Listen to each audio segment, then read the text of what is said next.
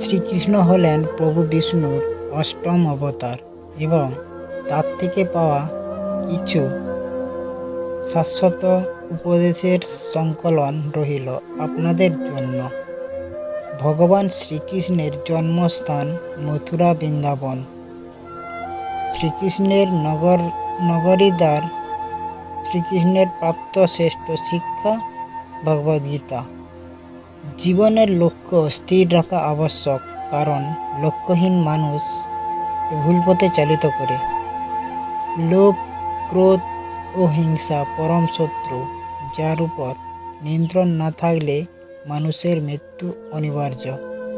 ইন্দ্রিয় থেকে প্রাপ্তি আনন্দ প্রথমে অমৃতের মতো মনে হলেও শেষ পর্যন্ত এটি বিষের ন্যায় ক্ষতিকারক হয়ে ওঠে, যা কেবল মানুষের জীবনকে পাপে পরিপূর্ণ করে। মানুষের কামনা ও বাসনাই হল প্রভূত দুঃখের প্রধান কারণ। জন্মের সাথেই মানুষের মৃত্যু নির্ধারিত, তাই নিজের কর্ম করে যাও, অন্যথায় তার জন্য দুঃখ করো না। জীবন ধারণের জন্য প্রয়োজন কর্ম অবশ্যই সম্পাদন করে, তবে বিনা অহংকারে, বিনা লালসায়, বিনা হিংসায়।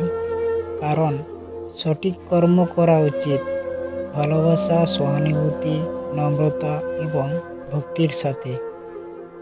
জীবনে কর্ম করে যাও, ফলের আশা করো না।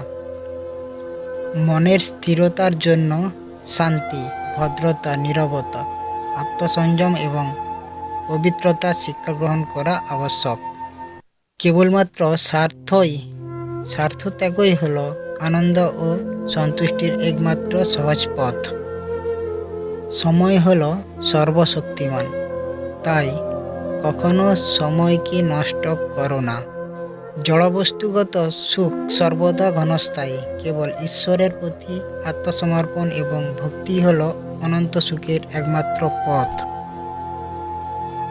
হয়েছে তা ভালোই হয়েছে, যা হচ্ছে তা ভালোই হচ্ছে, যা হবে তা ভালোই হবে, তাই ভবিষ্যতে কি হবে তা নিয়ে ভেবে লাভ নেই। বর্তমান নিয়ে পরম আনন্দে বাঁচতে শেখো। নিজের মনকে সর্বদা কর্মের উপর স্থির করো, কর্মফলের উপর নয়।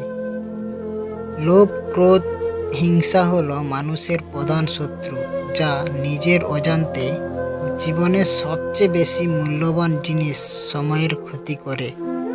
কারণ সময় হল পরম ক্ষমতাবান, যা কারোর জন্যে থেমে থাকে না।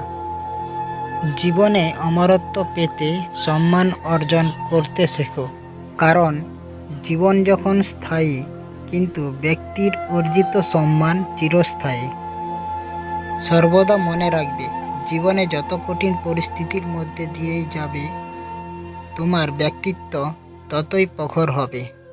প্রতিটি কর্মের আগে আমাদের কর্মের প্রতি সঠিক মনোভাব গড়ে তোলা আবশ্যক, তবে সেই কর্মকে আনন্দের সাথে সম্পূর্ণ করা সম্ভব হবে। সঠিক উদ্দেশ্য নিয়ে সঠিক কাজ সম্পূর্ণ করাই হলো আমাদের জীবনের পরম সাফল্য। বিবেক ও বুদ্ধি হলো মানুষের পরম সম্পদ, যা সঠিক সময় জীবনে সঠিক দিশা বেছে নিতে সাহায্য করে। জ্বলিত অগ্নি যেমন জ্বালানি কাঠকে ছাইতে পরিণত করে, ঠিক একইভাবে আমাদের জ্ঞান আলো আমাদের মনের মধ্যে থাকা আত্ম অহংকারকে ছায়াতে পরিণত করে ফেলে। যে ব্যক্তির মন তার শত্রু এবং বন্ধুদের সাথে সম্পূর্ণ ভেদাভেদহীন, কেবলমাত্র তিনিই পরম শান্তির অধিকারী। মানুষের মনের উপর পূর্ণ নিয়ন্ত্রণ থাকলে সেই স্থিতিতে মনকে বলা হয় আমাদের পরম বন্ধু। ঠিক এইভাবে মনের উপর যদি নিয়ন্ত্রণ না থাকে, তবে সেই পরিস্থিতিতে মন হয়ে ওঠে আমাদের পরম শত্রু। বন্ধুরা, ভগবান শ্রীকৃষ্ণের এই মহান বাণীগুলো যদি পছন্দ হয়ে থাকে, তাহলে অবশ্যই লাইক, শেয়ার, কমেন্ট এবং সাবস্ক্রাইব করে ধন্যবাদ দেবেন।